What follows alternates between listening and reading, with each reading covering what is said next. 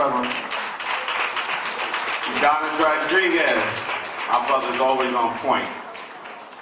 He is my brother, he is our brother, he is a member of the Nash Action Network, he is part of our family, and now he sits in the New York State Senate fighting for the issues that he fought for with us, shoulder to shoulder here in Harlem and all across the city. Our state senator, Brian Benjamin.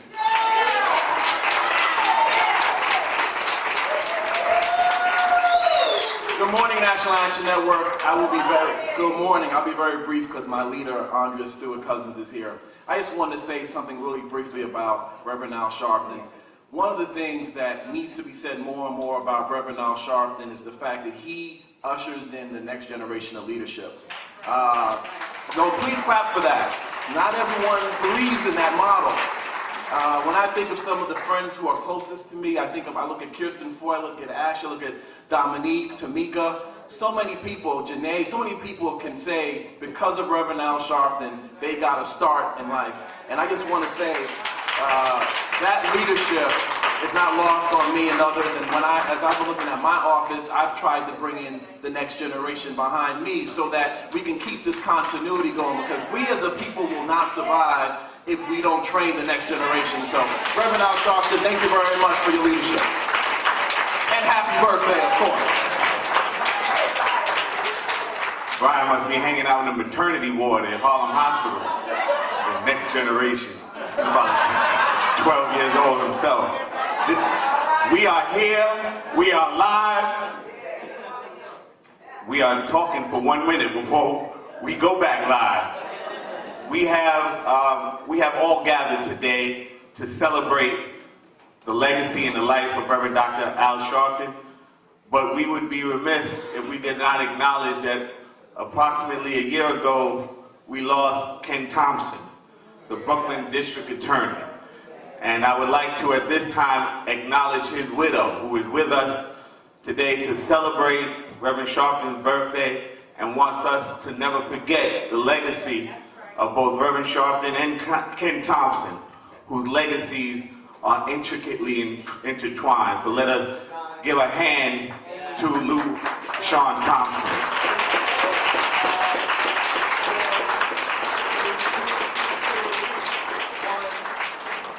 We are here, we are live here at the House of Justice, and we're celebrating Reverend Dr. Al Sharpton's birthday. We need you all to get on your feet. We need you to stand up. We need you to put your hands together and to clap. We need you to praise God for this great man's life. We need you to thank God for his life. We need to receive him with open arms and a shout to praise to our God for our leader, the president and founder of the National Action Network, the Reverend Dr. Al Sharpton. No justice! No peace! No justice! No peace! No justice! No peace! No justice! No peace! What do we want? Justice! What do we want? Justice! What do we want? Justice! When do we want it? Now! When do we want it? Now! When do we want it? Now! Hug the person next to you, tell them you love them. It doesn't make much sense.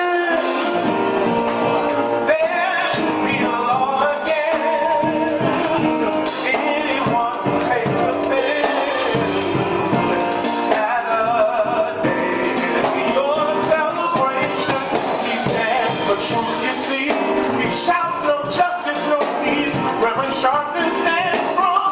We sing this song. Happy birthday to you. Happy birthday to you. Happy birthday. Happy birthday to you. Happy birthday to you. Happy birthday. Come on, sing happy birthday.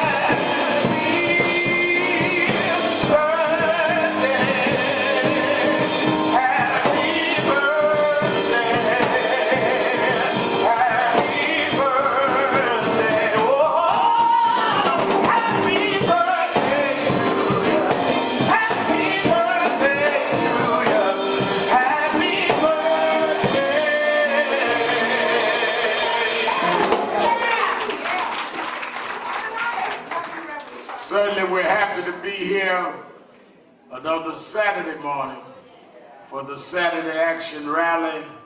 For you that are here live at the House of Justice, 106 West 145th Street in the village of Harlem.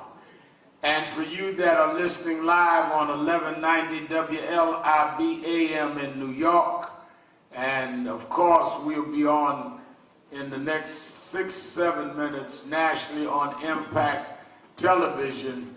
We're happy to be with you another Saturday morning where the action is. Give a hand to our presider, Attorney Michael Hardy. And our Northeast Regional Director, Minister Kirsten John Ford. Certainly, as we celebrate my birthday today, we celebrate all of you that have been part of my life and part of our work. And this Wednesday, we're going to be studying that work. I heard Scott Stringer talking about that at Columbia University. Start 9 sharp. Many of you have signed up. You that have not should sign up. They're going to be workshops on what has been the impact. At 13 years old, Jesse Jackson appointed me youth director of Dr. King's economic arm in New York, Operation Breadbasket. Tuesday I was 63, so for 50 years I've held a position in the movement. And we're going to talk about how that movement went from south to north, and I was a part of that. What did it mean? How we had to negotiate different things in the north. Dr. King didn't face hip-hop and rap in the south. Dr. King didn't have contemporaries as I did. My contemporaries were Spike Lee and Russell Simmons. So we're going to look at all that. Rem Jackson will be here. Joy Reid and Angela Rye from CNN. Errol Lewis is host of one of the panels, and on and on. So I want everybody to be there. Pass the cake and pass the candles. What does all of this mean? When you see and hear Senator Benjamin talking about preparing the next generation, part of the next generation is they need to understand what it is they inherited.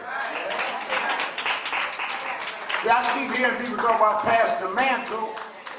If you don't know what the mantle is, it would be a sin to pass the mantle to somebody that don't know what the mantle is. Hello? You don't pass the baton to somebody that's going to lead the parade off the track of the parade route.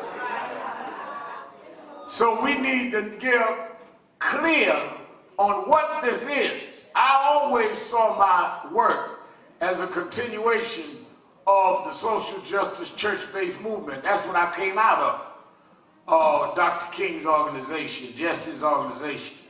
And people that are not in line with that is not in line with me passing them anything but a flyer to where they can go to something that they need to be with. Just like I'm getting ready to bring on Senator Stewart. If you're not trying to elect Democrats, then you don't belong in her caucus. You know, some folk get this stuff mixed up. You know, I'm young, so I'm next. No, you're young what? If you're a young Republican, you don't belong with Stewart. If you are not about social justice in a King way, then man ain't for you. I don't care how young you are. Hello? I don't run a maternity ward, I run a civil rights organization. And I think that's why we go in there to deal all day with people need to understand what this means. I was in a meeting the other night as we were preparing, Isabel and others were preparing the march, and I was talking to some young folk after I had left them, and God said to me that I understand that y'all are having a ministers march, and we ended up having over 3,000 ministers and did a good job. And they said to me, Controller DeNapoli said, well, you know, the Atheist Society has been in touch with Isabel. I said, yeah. Said, because, you know, we've got to have understood that atheists want social justice too. I said, good. I said, but you got to understand, I'm not atheist.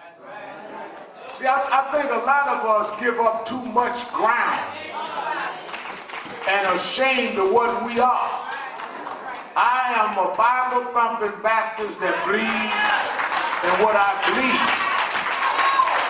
And if I got to apologize for what I believe to work with you, that is not coalition, that's co-option. I ain't got no problem with what you believe.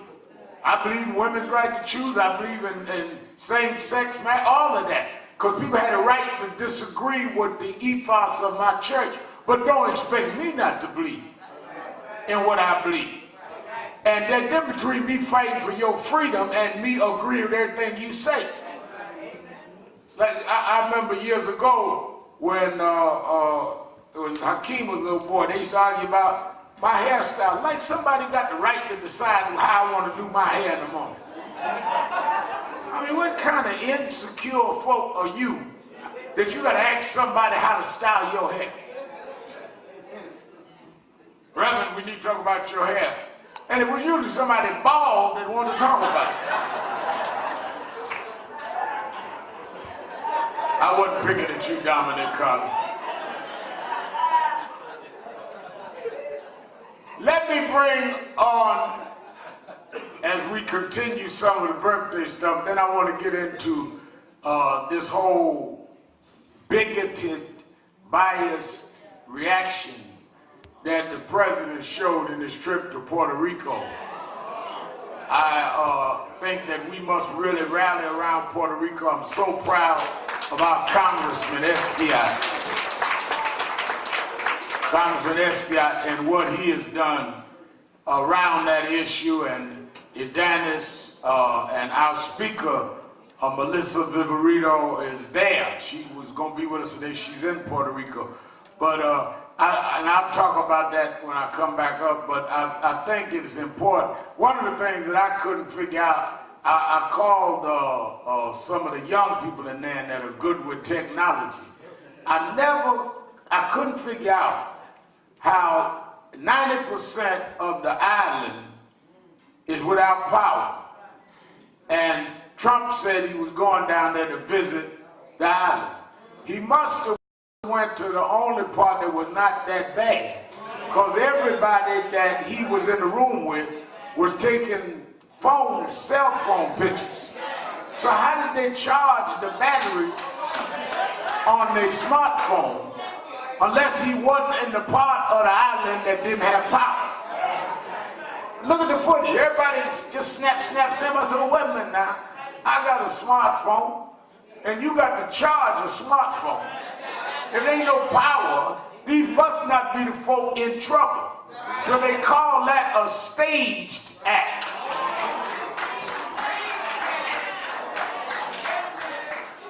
You got you a bunch of folks who didn't have no power problem, didn't have no other problem, got them in there, and then you gonna get up there and start throwing paper towels at them like you Steph Curry trying to throw a three-pointer in a basketball game. Remind me of going to the zoo throwing peanuts at animals. That's how you treated them. But I'll get to that later. Let us hear from the head of the Democrats in the New York State Senate, the state senator from Westchester, and a dear and very important friend of this organization and me personally, Senator Andrea Cousins Stewart.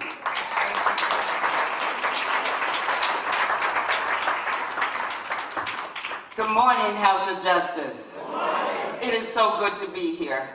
It is good to be here for a number of reasons. Number one, because Reverend Dr. Al Sharpton is here. He's here and he's celebrating his birthday, and he's celebrating, as he said, 50 years of leadership of this movement. Can we get a hand? Can we get an amen for that?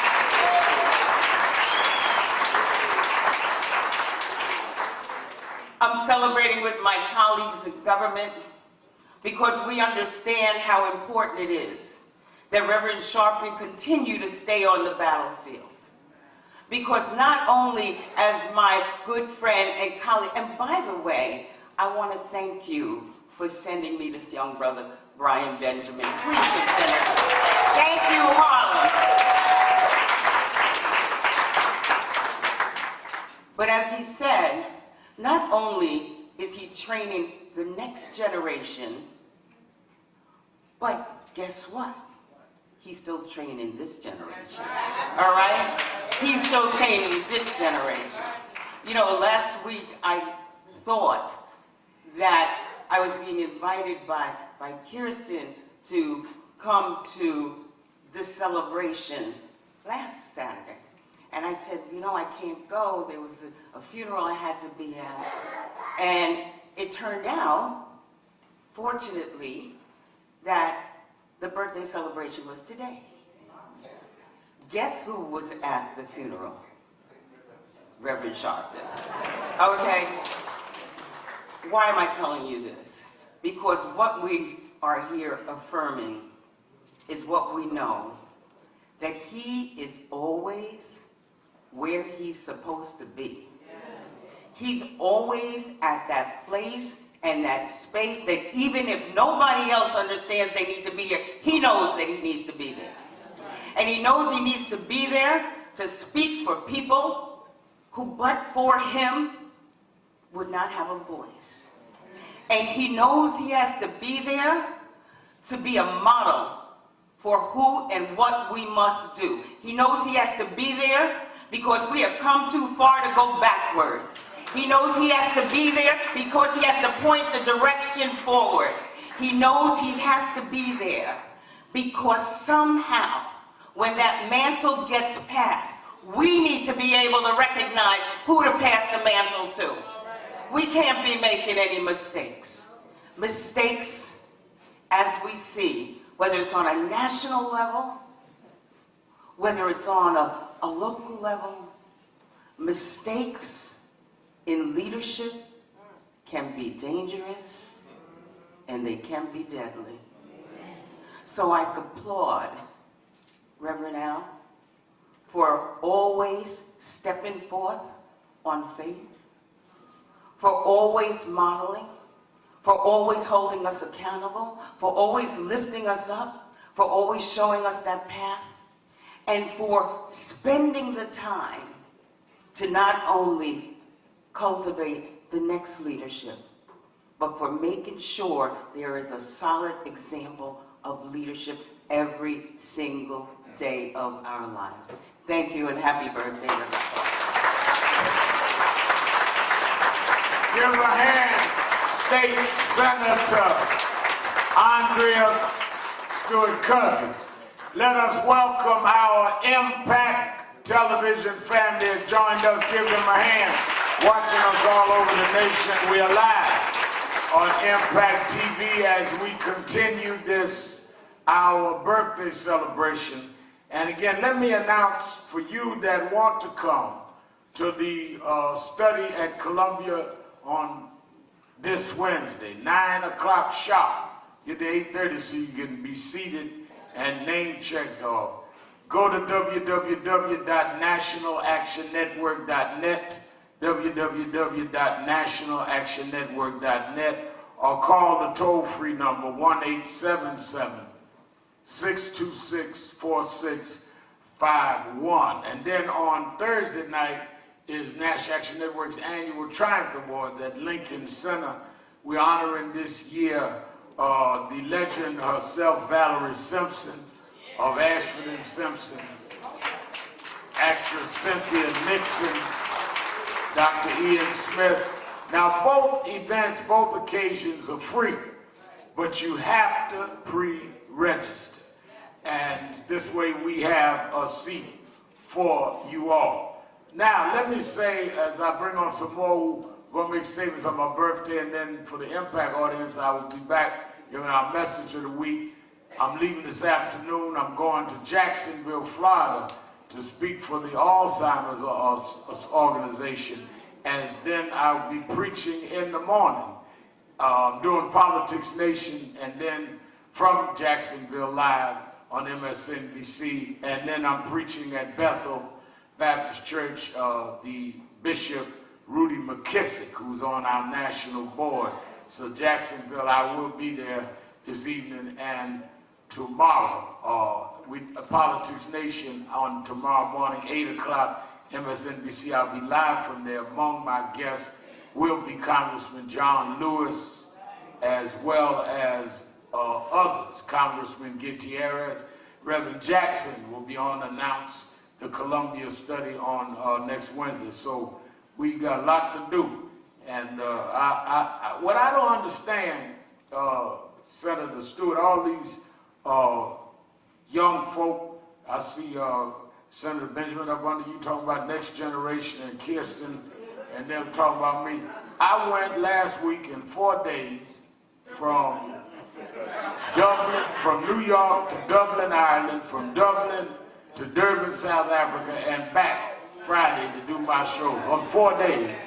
And all of the young folk with me, including my daughters, is still trying to overcome jet lag. I'd have been to Boston this week on my way to Florida. They still talking about I can't get my time right. Talk about Pastor Mantle, they be asleep. The man will be laying on a pillow.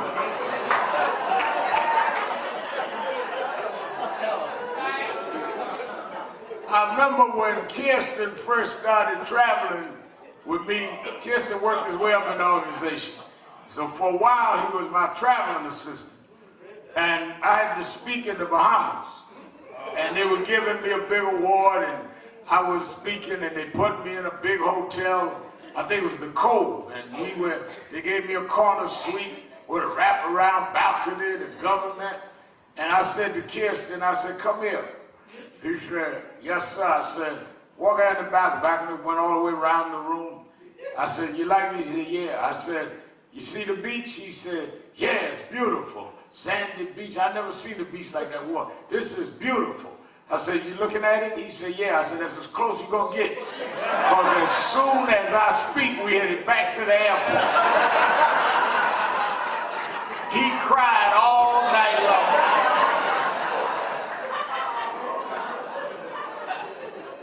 This requires work. I meet people that want to get your awards, want to get your time on TV, want to get your time on radio, but they don't ever say to me, I want to get involved in doing the work.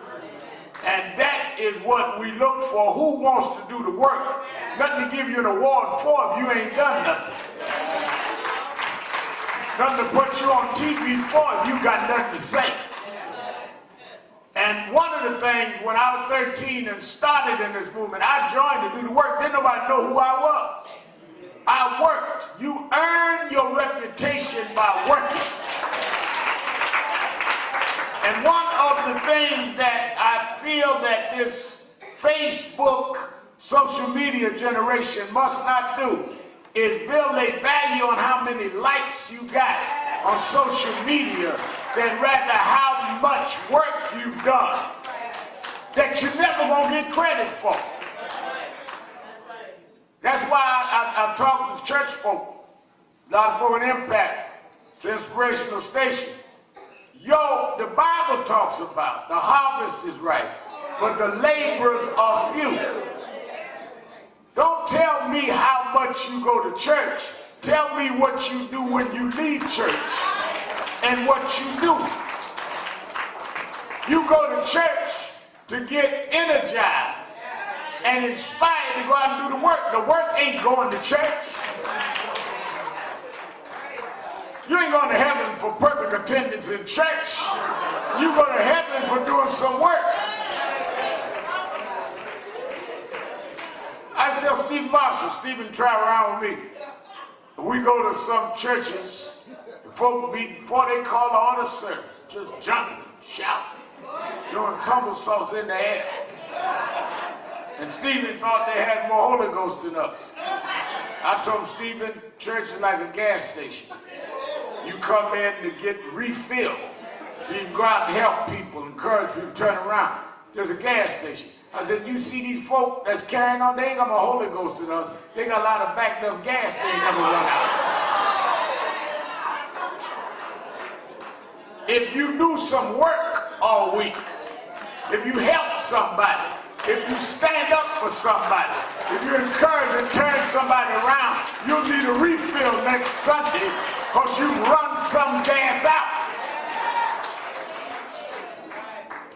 You that are in need, there are many that have problems, community problems, and some personal problems just need prayer. You can call right now. We have our activists and our prayer warriors at the hotline at 1-877-626-4651, 1-877-626-4651. You that want to just say, give Rev Mal a happy birthday from me, you can do that, 1-877-626-4651. I want to thank President Bill Clinton, sent me a note, President Obama, and others. I want them to hear from the president of the borough of Manhattan, who is in the house and is a frequent person in the house. Let us hear from Manhattan Borough President Gail Brewer.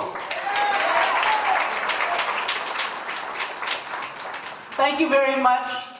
Birthdays, I don't know. I don't like them, but I'm glad you do. I know David Dinkins always says, Gail, what's the alternative? So I want you to be around for a very long time, Reverend Al. And I say, in 2017, having been to maybe, just like all my colleagues, I don't know, 400 rallies against that man in the White House since last November, having been to one just last week on trans and immigration and anti-Muslim and women and justice, the list is endless, and all of you have been there too. The reason that it's important to be here today to celebrate the birthday, but to celebrate all of you, is if Nan wasn't here, it would be worse. The folks in this room for years and years have been in the trenches dealing with all the issues that man in the White House talked about work. He's always on the golf course. That is not work. And so we need to be here more than ever. And that's why this birthday is so important. It celebrates not only an individual, but it celebrates a commitment to all the work that the Reverend was talking about. And that's why I'm here. I am about work, just like all my colleagues who are sitting up here today, but we're all about work that's going to change people's lives for the better. I want to thank Dawn Jones. I know she's been thanked before, but she, like me and all of us, cares about that issue of affordable housing. There's nothing more important in our city than trying to provide it. We need to do a better job, and I appreciate once again this particular House of Justice for understanding the importance of how to really do affordable housing for the people who need it. Thank you very much. Happy birthday, many more. Just because I don't like them doesn't mean everybody else shouldn't celebrate this great man. Thank you very much. Borough President of Manhattan, Gail Brewer. Let me also say, and you know, Nan is going to be in March 26 years old. And one of the things that 27 years old, that's right.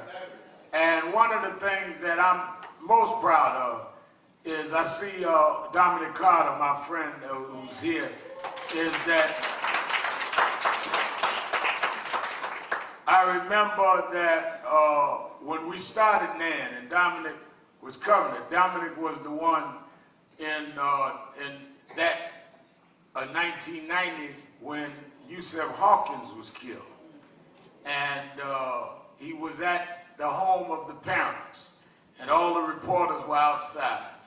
And he asked the father, who did he want to come and speak for him? And if he could choose any people. And he said that, well, I'd want Al Sharpton or Minister Farrakhan. And Dominic said, if I gave you Sharpton's number, can I get the first interview? You know, Dominic always gonna get his thing. And he gave my number. And it was in the midst of Bensonhurst and me being stabbed, leading those marches, that I founded National Action Network. And I say that, Attorney Michael Hardy was the incorporating attorney, one of the guys that signed to incorporate National Action Network. People talk about I was one of the founding members. We just checked the incorporation paper. was the sergeant in the police department, was one of our incorporators, who is now the borough president of Brooklyn, Eric Adams, was a founding member now. And one of the things that I'm most proud of is that when I look at Dominic and I look at a lot of those days, you had a lot of groups that did not last 25 years. If I can tell you every issue in the last quarter century that's come and gone. And I'm most proud that we've been able to stabilize Nan, and every Saturday morning, the community could come on the radio and be heard for the last 26 years. Not a Saturday have we missed.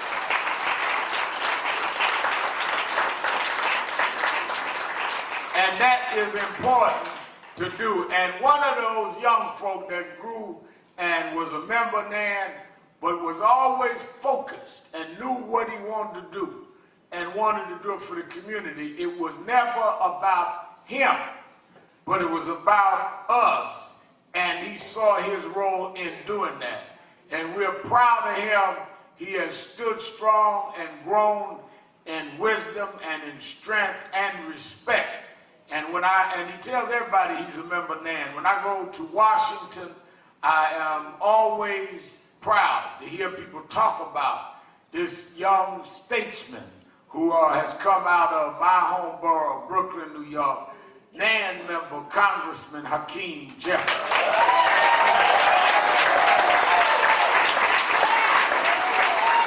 No justice. No justice. No justice. What do we want? Justice. What do we want? Justice. What do we want? Justice. When do we want it? Now. When do we want it? Now. When do we want it? Now. I think Adriano and I are going to have to take that to the floor of the House of Representatives. But I'm proud to be a card-carrying member of the National Action Network. And I'm just here today as we celebrate the birthday of the Reverend Al Sharpton to publicly thank him for his friendship and for his leadership, for his guidance, and for his advice. He's done so much for so many over such a significant period of time. We know that James Brown, Al Sharpton's mentor, was known as the hardest working man in show business. I'm thankful on today that Reverend Al Sharpton continues to be the hardest working man in the people's business. We know that when Al Sharpton started out, he used to wear tracksuits. In fact, I think I want to start a petition down in Washington. One of them tracksuits need to be in the Museum of African American History. That's an artifact of the movement. We know Al Sharpton, he started out wearing tracksuits. Now he wears business suits. But I'm glad on today that even though the outfit has changed, the mission remains the same. No justice, no peace.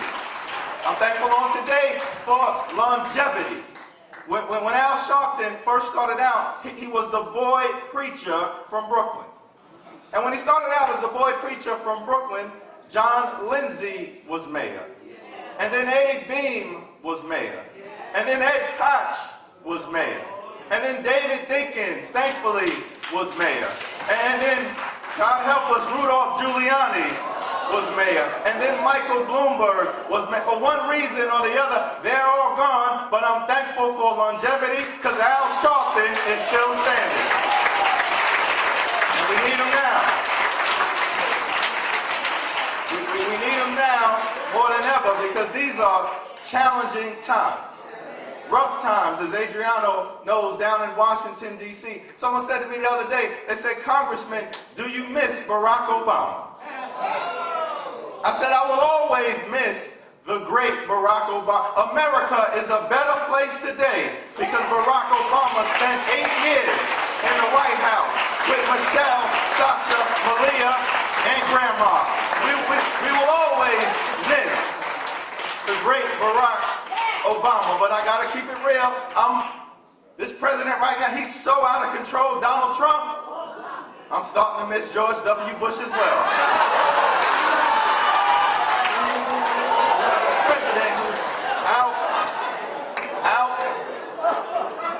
of control.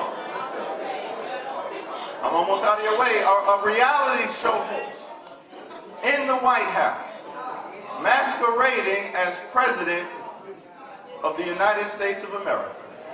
And he doesn't miss an opportunity to act like a two-bit racial arsonist and fan the flames of hatred for his own personal, political, petty gain.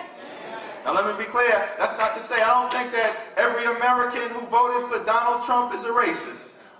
But I do know that every racist in America voted for Donald Trump. That's the problem. These are challenging times. Can I talk to y'all? These are challenging times. So we need a president to stop acting like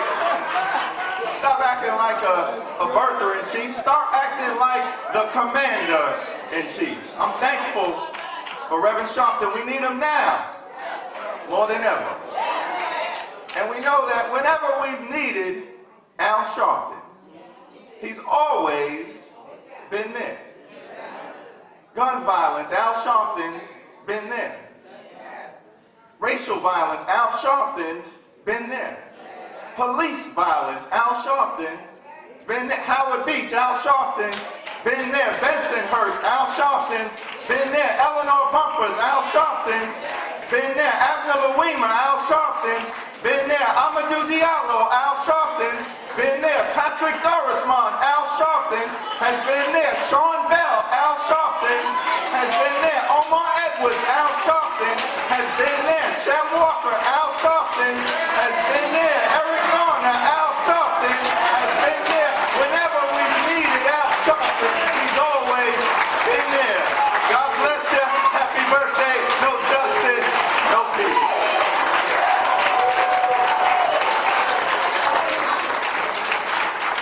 Bad man right there. From Brooklyn, don't you forget it. Without further ado, we've been joined by a fellow Brooklynite. He's a brother. He's standing tall in the New York State Assembly. You might have seen him around. He is Assembly Member Walter Mosley. Let us receive Walter and his beautiful daughter. I'm not gonna, they always say in Brooklyn I might be a Hakeem stunt double, but it's always a pleasure to be associated with greatness. And I just want to applaud the Congressman for everything he's doing in Washington, D.C. on behalf of all of New York City residents, not just Brooklyn, not just Harlem, but all communities across this country. So let's give it up for Congressman Hakeem Jefferson together. He's my predecessor, someone who I look up to, although I'm tall. I look up to him, and he's someone I admire, someone I respect. And someone who else I admire, who I respect immensely, is the Reverend, is our own Al Sharpton. He's someone who I texted on his birthday and I said, Rev, Brooklyn will always be proud of you for all that you've done for not only New York City residents, but for men and women all across this globe. And he's someone we admire. And I just felt without robbery. His daddy's weekend, I had my 3-year-old and my 10-year-old with me, and I said, you know what, we're going up to Harlem, because there's an iconic figure we need to pay homage to. There's a man who you might not ever read about in history books, but let it be known that history has been made here on 145th and Lenox.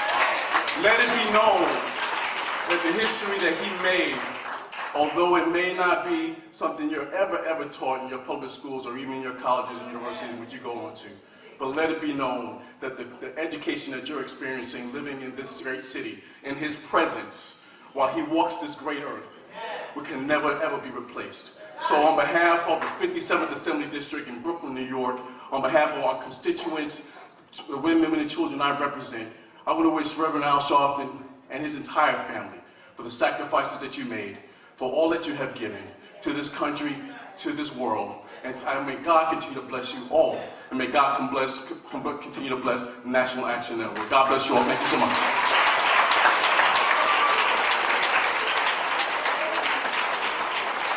Brooklyn only produces some bad men. We have another bad brother. He ain't from Brooklyn. but that's all right. We don't hold it against him. He's from the Boogie Down Bronx. He's the vice chair of the Democratic National Committee. He is a preacher, man of God, and he is an assembly member of the New York State Assembly, our brother, Michael Blake.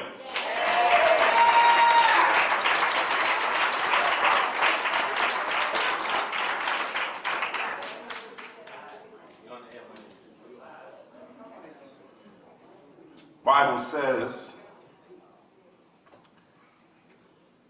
for I reckon that the present sufferings of this time are not worthy to be compared to the future glory about to be revealed to us. I'm grateful that we can be here at the House of Justice yet again because of the glory that comes about what comes from the house. Something happens when you are in the house. Something happens every time you get to be in the house. When you understand the word, you understand that it says that in my Father's house that there are many mansions, and if it were not so, I would not have told you. Something you understand that when you come to the House of Justice, you are told that someone will stand up for you. Someone will fight for you. Someone will have your back, and his name is Sharpton. Sharpton is someone that has opened up doors when others didn't have a chance. Sharpton is someone that gave you a chance when others didn't have a chance. See, I know I don't come from Harlem, I know I don't come from Brooklyn, but I come from the Boogie Down Bronx, where good things happen in the Bronx. And doors have been opened in the Bronx. I understand about the house because Reverend Sharpton came to our house called Calvary United Methodist Church on a Father's Day Sunday and said, I will open up doors for you. In the word, it says, I'll open up the doors of heaven for you. So I come to the village of Harlem because on this birthday celebration, we come to say, happy birthday, Reverend Sharpton. Thank you, Reverend Sharpton, for opening up the doors. Thank you for being that house of justice. So I know that in this house of justice, I know there are so many mansions, and it's because of you.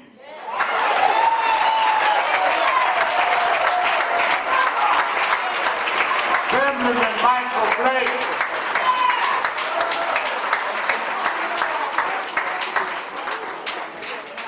Let me say, as I sat and listened to a lot of those that would honor my birthday this week, one of the things that I want all of us to do and to be very cognizant of is that birthdays only measure your time on earth.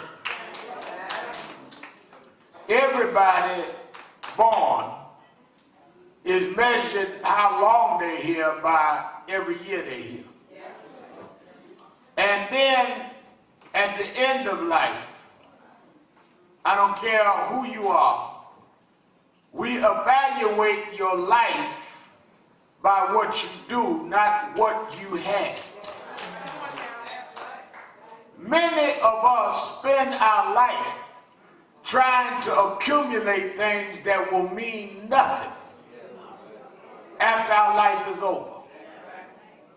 I'd say it, many of you have heard me say it over and over again, there is nothing more difficult, there is nothing more challenging for a black preacher than to preach the funeral of an irrelevant Negro. That's a hard job.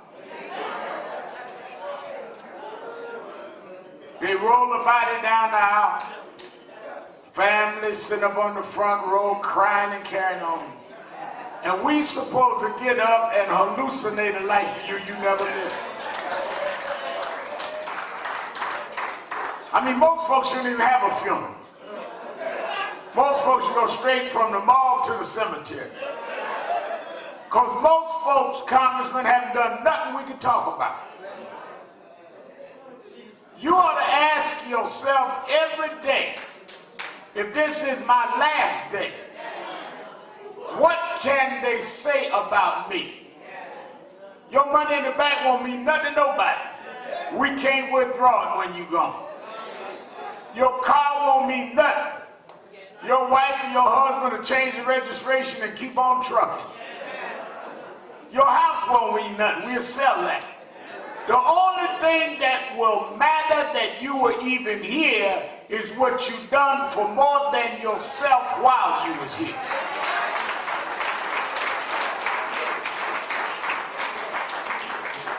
I look at Hakeem. We rode coming up from Brooklyn. He rode up Adam Clayton Powell Boulevard. Adam ain't the only person in New York history who went to Congress.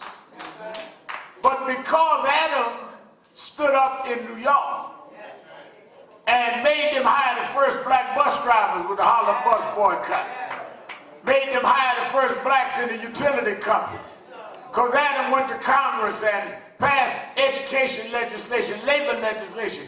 That's why they named the street after him. And all of the mess they threw on Adam. Adam was married 3-4 times. Adam did this with that. Don't nobody remember that. They remember what he done. And if there's one message that I would give on my birthday week is make your life have value beyond your self-aggrandizement.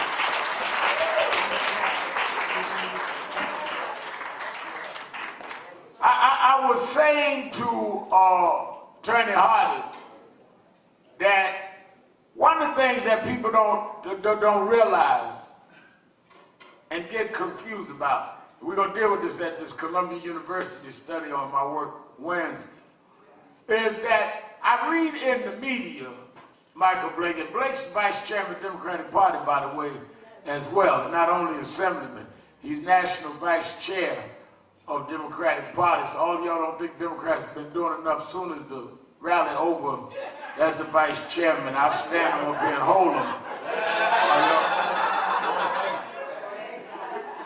But I read in mainstream media, and it was alluded to by Hakeem, the reinvention of Al Sharpton. The fact is not a reinvention, but an evolution. Why do I say that? I started preaching when I was 4. I became an official in Breadbasket at 13. I grew up in the movement. You different at 13, then you different at 23, and you different at 40. You didn't reinvent yourself, you just grew up.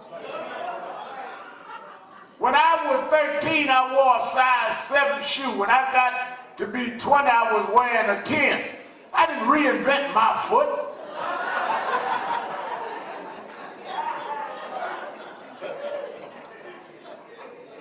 I mean, people just get all crazy.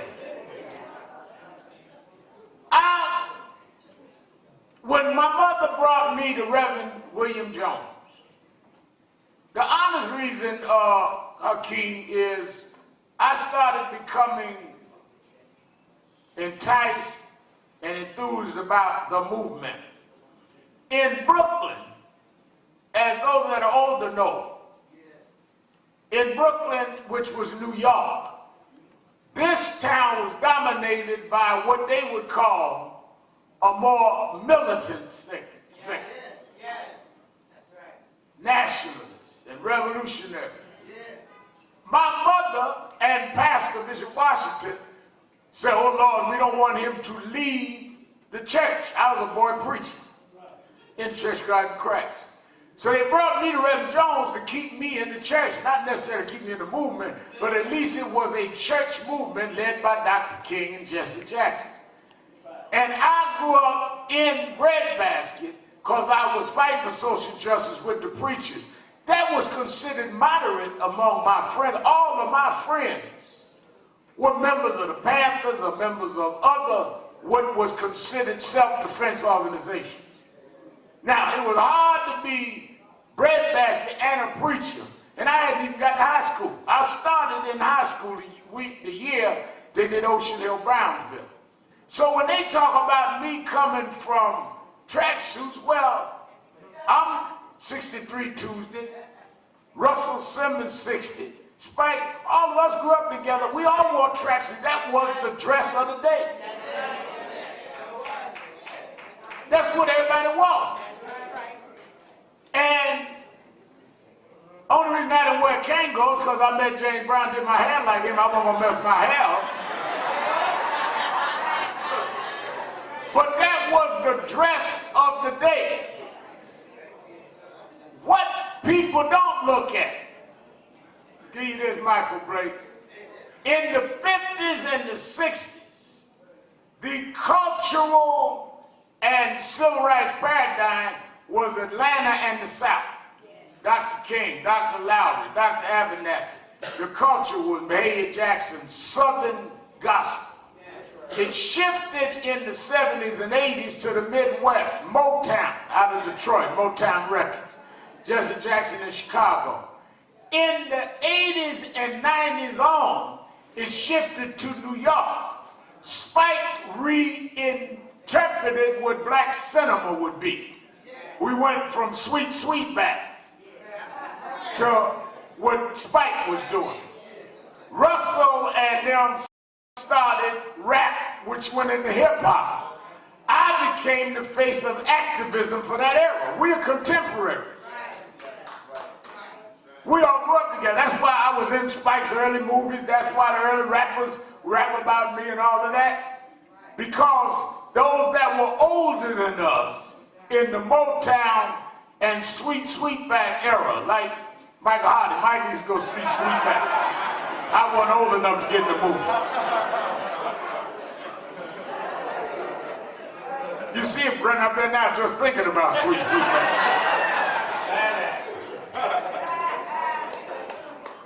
Now, why is that important? We must think and teach our children about generation to generation.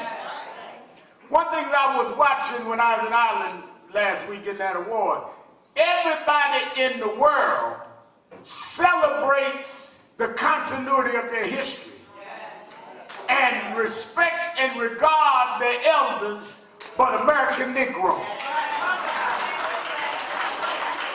We the only ones think that what new is best. We the only ones think we got to reinvent the wheel every generation. Everybody else understands every other generation's obligation is to keep the wheel turning, not to try to reinvent a wheel. I ain't talking about this ain't grandma's movement. Well, you ought not brag about it. Because if you didn't have a grandma, you wouldn't have a mother, and if you didn't have a mother, it wouldn't have been a you. If your grandma could negotiate being part of changing the world from the back of the bus, from not being able to have an education equal to the people in her generation, not being able to make a living equal, and still build a movement that made it possible for you to go to college, the least you could do is not be ungrateful and talk about what she wasn't when she opened the doors to what you are.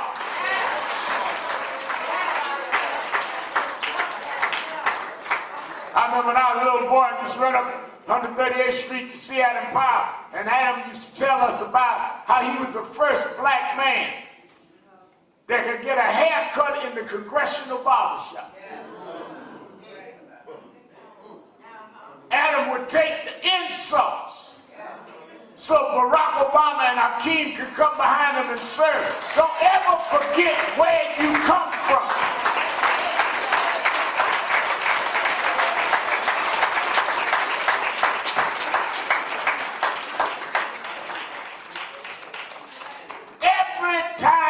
Congress goes in session. Those that come from our community have a different burden on their shoulders than anybody else in Congress. When they walk down that aisle, it is not like their colleagues, because their colleagues didn't have to have people die to put them in that hall. When they walk down that aisle behind John Lewis, who was on my show in the morning, who was beaten to a pulp to give us the right to vote. No other people in the Congress had people beat just for them to have the right to vote. So we expect the least you gonna do is to stand up for the ones that took the whippings and the brutality so you wouldn't have to take it, so you could rise up.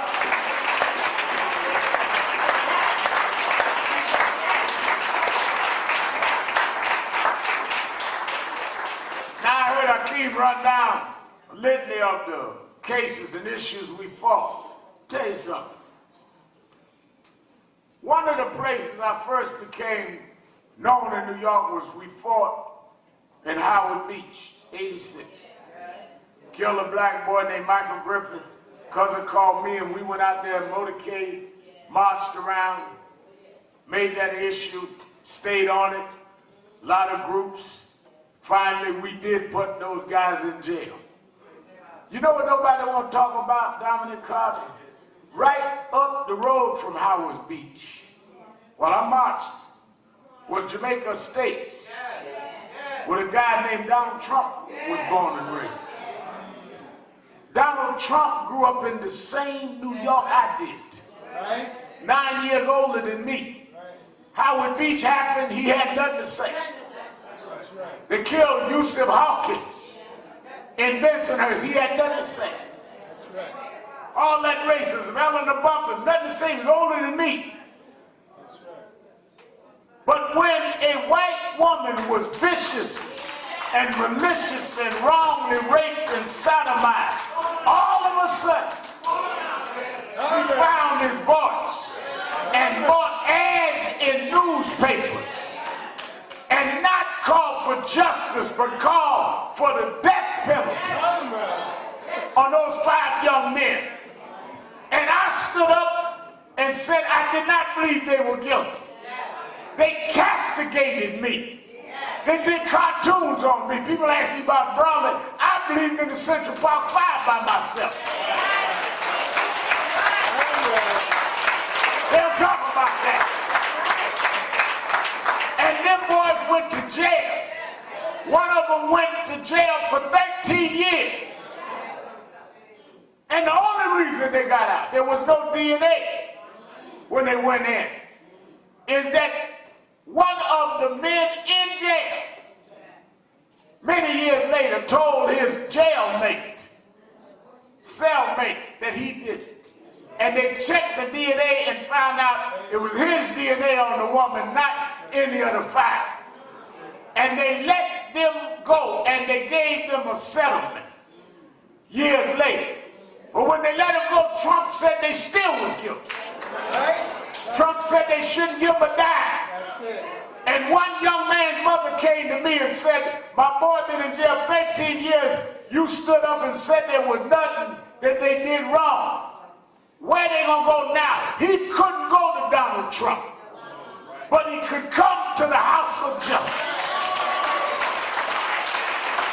And we gave him a job to work here, because no one would take him after 13 years in jail for something he didn't do, and he's still here this morning. Corey Weiss, that's my birthday.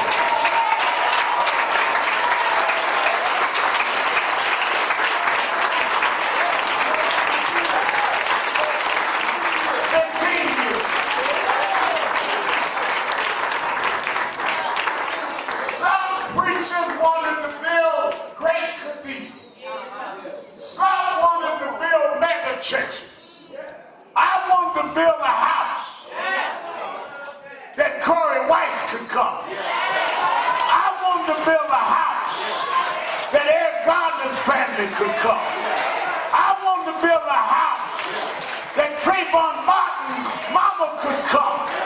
Didn't matter where you went to church. Didn't matter who didn't believe you were saved and sanctified. There needed to be a house that would stand up for God's children that other folks didn't respect.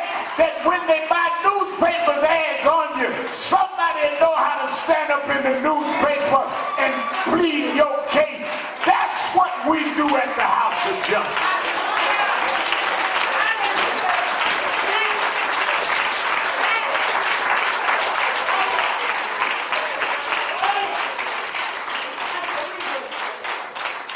Y'all quote Jesus, read them.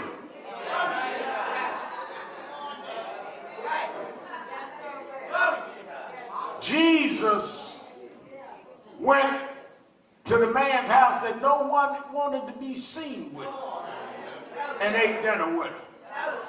Jesus didn't go hang out with the big shots. He went with the lepers. He went with the rejects. He broke his schedule for Bartimaeus, a blind begging man, sitting by the side of the road begging for some coins. And I teach our young folk, Kirsten, Stephen, Reverend McCall, and others, Dominique and Ashley and others, that if you're going to serve in this movement, this is why it's a church-based movement, you got to get beyond yourself. You got to lose the ability to feel. I didn't call everything but a child of God. But it doesn't matter. Somewhere I read I've overcome the world. Their cartoons and their ridicule don't matter. I've overcome the world. And I was reading the other night, I'm going to leave y'all with this. The lesson that we must teach our young activists and leaders is that when Jesus convened his disciples, I want y'all to get this, and he had what went down in history as the Last Supper. After everybody had eaten, they say he got up and took off his garment and got on his knees and told every one of them to come. He wanted to wash their feet. And they said, wait a minute now, Lord, you can't wash our feet. He said, you don't understand. To be anything, you must first be a servant. Don't have your ambition on your title, on your plaudits, on what somebody gonna pat you on the back. If you really want to be like Jesus, you got to be humble enough to get on your knees and serve folk that have no rank, that have no title, that have no function. If you can't get down there, you can't rise to where God want to bring you.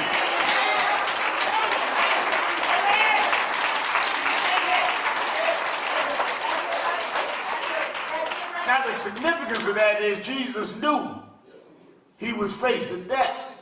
This is the Last Supper, which means you got to serve even when you know that you're facing a burden. You talking about, I'm going through something, Rev. You don't understand. I do more, but I'm going through something. That's when you need to serve more. You got to be able to look at them in the face, knowing they plotted against you, and serve anyhow. I know Trump trying to take everything back, but I'm going to serve in his face, because he may have arranged for a crucifixion, but I know on the other side of his crucifixion, there's a resurrection already scheduled.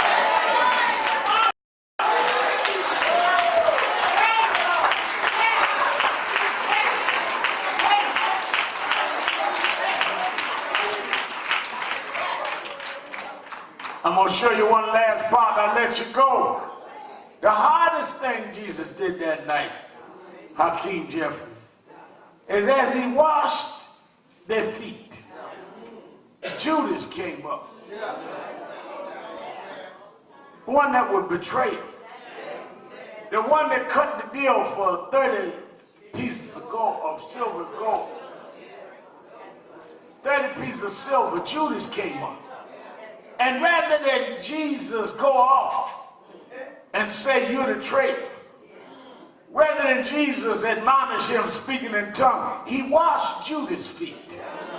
You ain't holy enough till you can look at your enemy, till you can look at your traitor, you can look at your backstabber and serve them anyhow. The reason you can serve them is because they can't stop you and they can't hurt you. They can sell you, but they can't deliver you.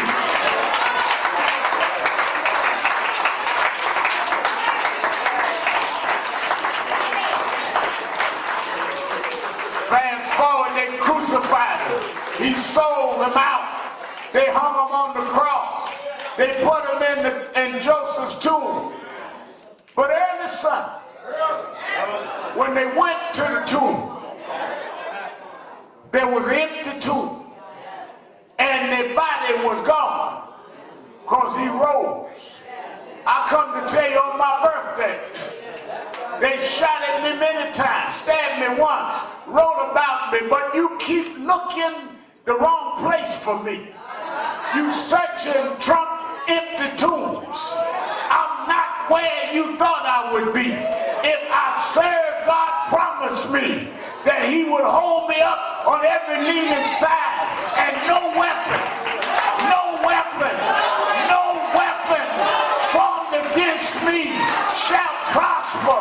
The first will be last, the last will be first. The lion and the lamb gonna lay down together. God will make a way for his children. Everybody sing. Everybody sing. Everybody sing. Hey, sing it like you mean it. Sing it like you mean it. Sing it like you mean it.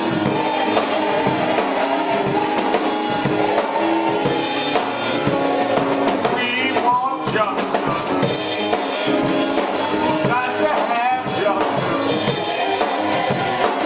We want justice.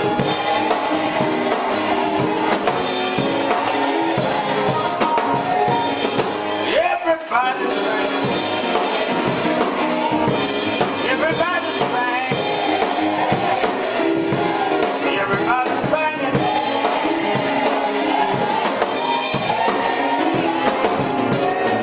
One more time, y'all.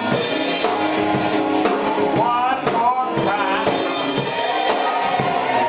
One more time, y'all. Yeah, I'm gonna open the doors of the movement. There may be someone here today that listens to us on the radio, watches activities on television, but never joined the National Action Network. Couldn't be a better Saturday to join than on my birthday weekend.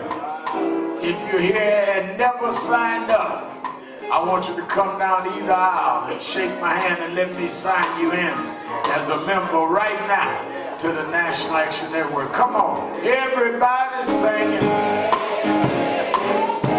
Everybody singing.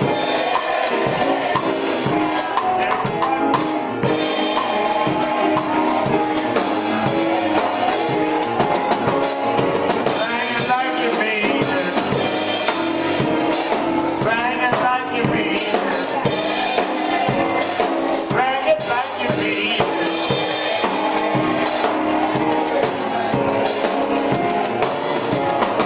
We want justice. Got to have justice. We want justice. Hey, one more time, y'all. One more time, y'all. One more time, y'all.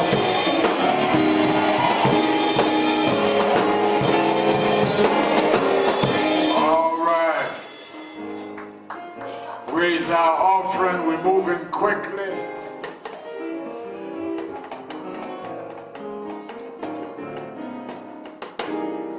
Quickly.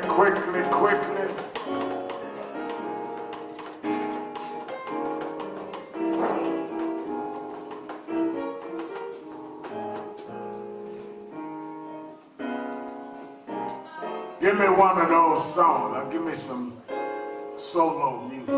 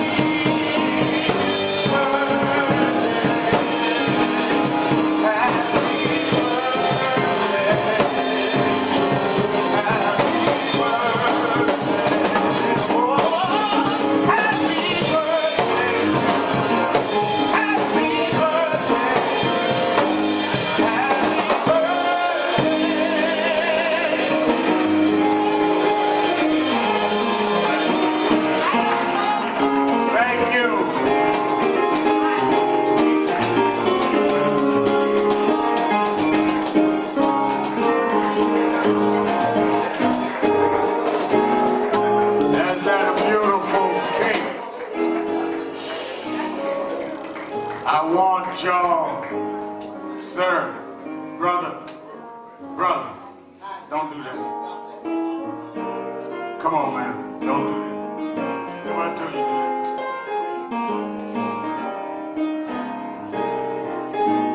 Thank you. Now, I want y'all to know, hold it a minute, Kirsten, that I told y'all President Obama and Clinton sent me a message. I got a message from y'all's president, and he said, I cannot send you Medicare. I cannot send you DACA. I cannot send you the infrastructure bill, but Al, let them eat cake.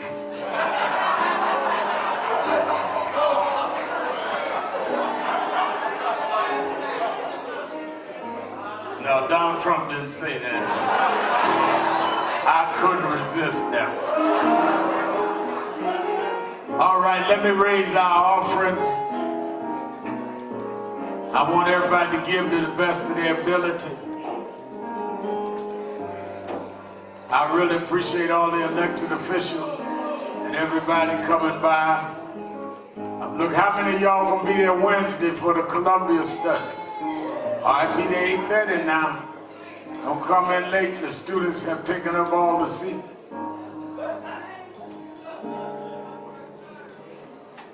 I'm so happy, Reverend Michael Flake. Michael Blake, you're going to be flake when they get through beating you up after I told you up. Michael Blake and then Walter Mosley brought his kids. Now that's really a beautiful expression.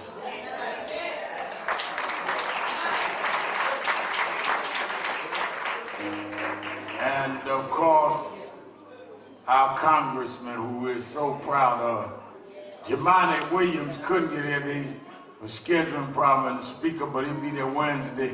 And of course, our state senator, Brian Benjamin, who's here just about every week. I watched Brian grow up as one of our community leaders and business leaders. And it's a joy to see him now in the state senate. He get too cocky, Hakeem. Called me, I know how to calm down. I know his last 3 girlfriends' names. I know how to shut